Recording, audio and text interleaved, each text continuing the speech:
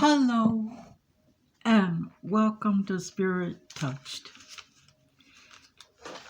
We're still talking about that river walk. This is part 2. Last time we talked about taking a river walk. Let me tell you the true story of a church I used to attend. It began with the name Church on the Move. The pastor brought young people from other nations who wanted to learn how to plant churches in their own country and taught them how. Then, when they returned home and planted their church, they sent a flag of their country and we raised it on a pole out front. Then the name became Grace Fellowship because through all those churches in other nations, God's grace was spreading, moving around the world. The new pastor began a local weekly food ministry because the need was great. We started with 7 volunteers who helped pass out food to about 25 families who came for a brief church service before receiving the food. That way, they got God's food and groceries. Members donated most of the food. Then word spread about what we were doing, and the food ministry grew. Miracles started to happen.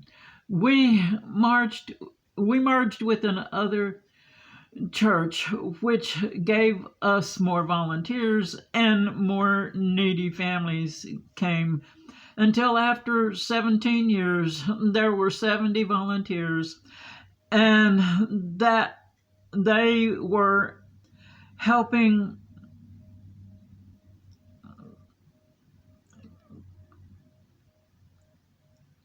to feed 300 to 500 families every week.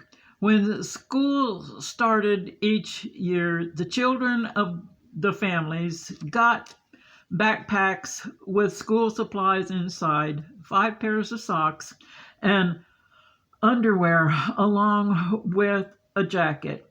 Grocery stores donated food, and we prayed for a freezer truck.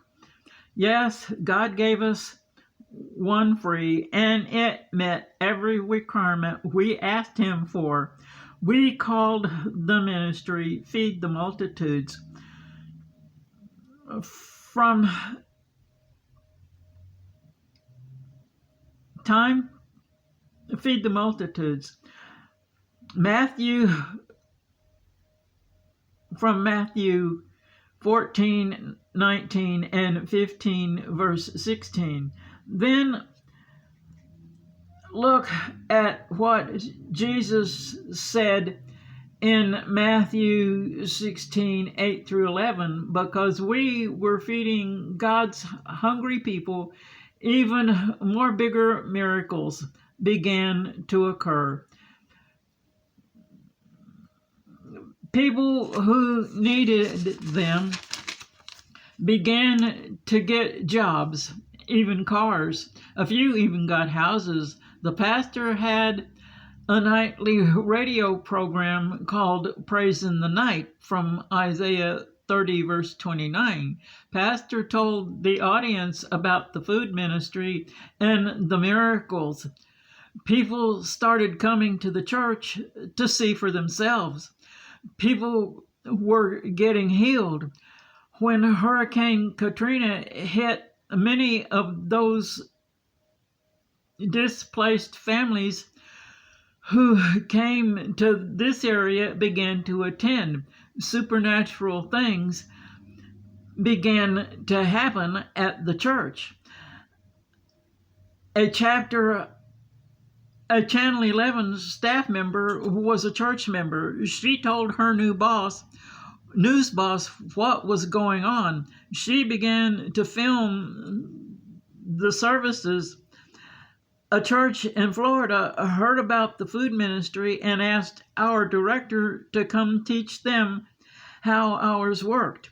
While there, a toy company owner donated a load of toys for our Christmas giveaway. This was in February, so we had to hide all those toys till early December. It took the volunteers 5 nights to get them all wrapped and ready. Hagar gave us 500 pair of men's slacks for those who needed a nice pair for job interviews. People who prayed for money to pay their bills got checks in the mail. That they were totally unexpected. Unsaved family members were getting saved after years of prayers. It was amazing to watch. We saw how little really is much when you place it in the Master's hands. Things like that happen when God's church moves out into the world and faith takes a river walk. We also learned to never underestimate God's ability to provide, because his warehouse is never empty. Where the Spirit of the Lord is, God provides, and miracles happen when a church on the move takes a leap of faith along the river walk with God. We dared to believe, and God richly blessed us for feeding his multitudes. Every one of those volunteers will tell you it was a labor of love, and they got blessed too. Shall We Gather at the River is based on Revelation 22:1 and written by a pastor on a hot summer day in 1864 in Brooklyn. All of the beautiful rivers we have been talking about flow from this one.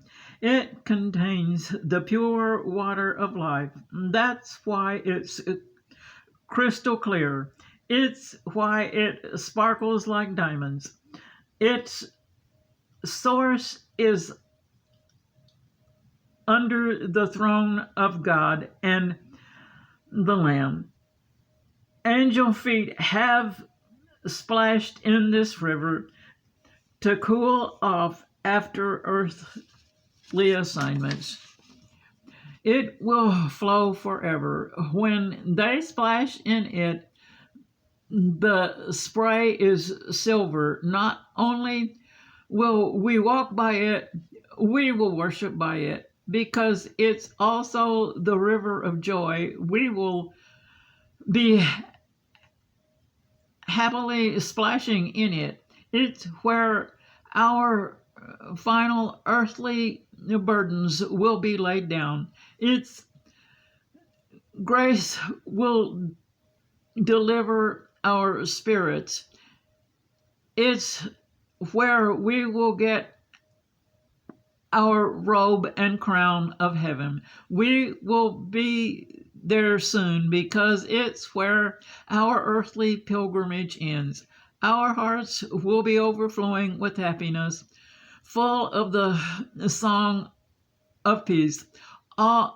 Of all the places where we have gathered, this one will be the most beautiful. Why? Because it's where we will see our loved ones again. We will also see his throne for the first time. When people down here get baptized in rivers, this hymn is often sung. The title asks a question. The chorus answers it. Yes, we shall gather at the river very soon. See you there. Then let's go splashing in the river. It's where Squeals of pure joy will ring out. It might even be the source of laughter. Part of it is underground so that it can water those two trees of life along with the meadows and the gardens. Yes, this is the river that never will run dry. It also feeds the fountain that never will run dry. You may send your prayer request to He Answers TWO at gmail.com.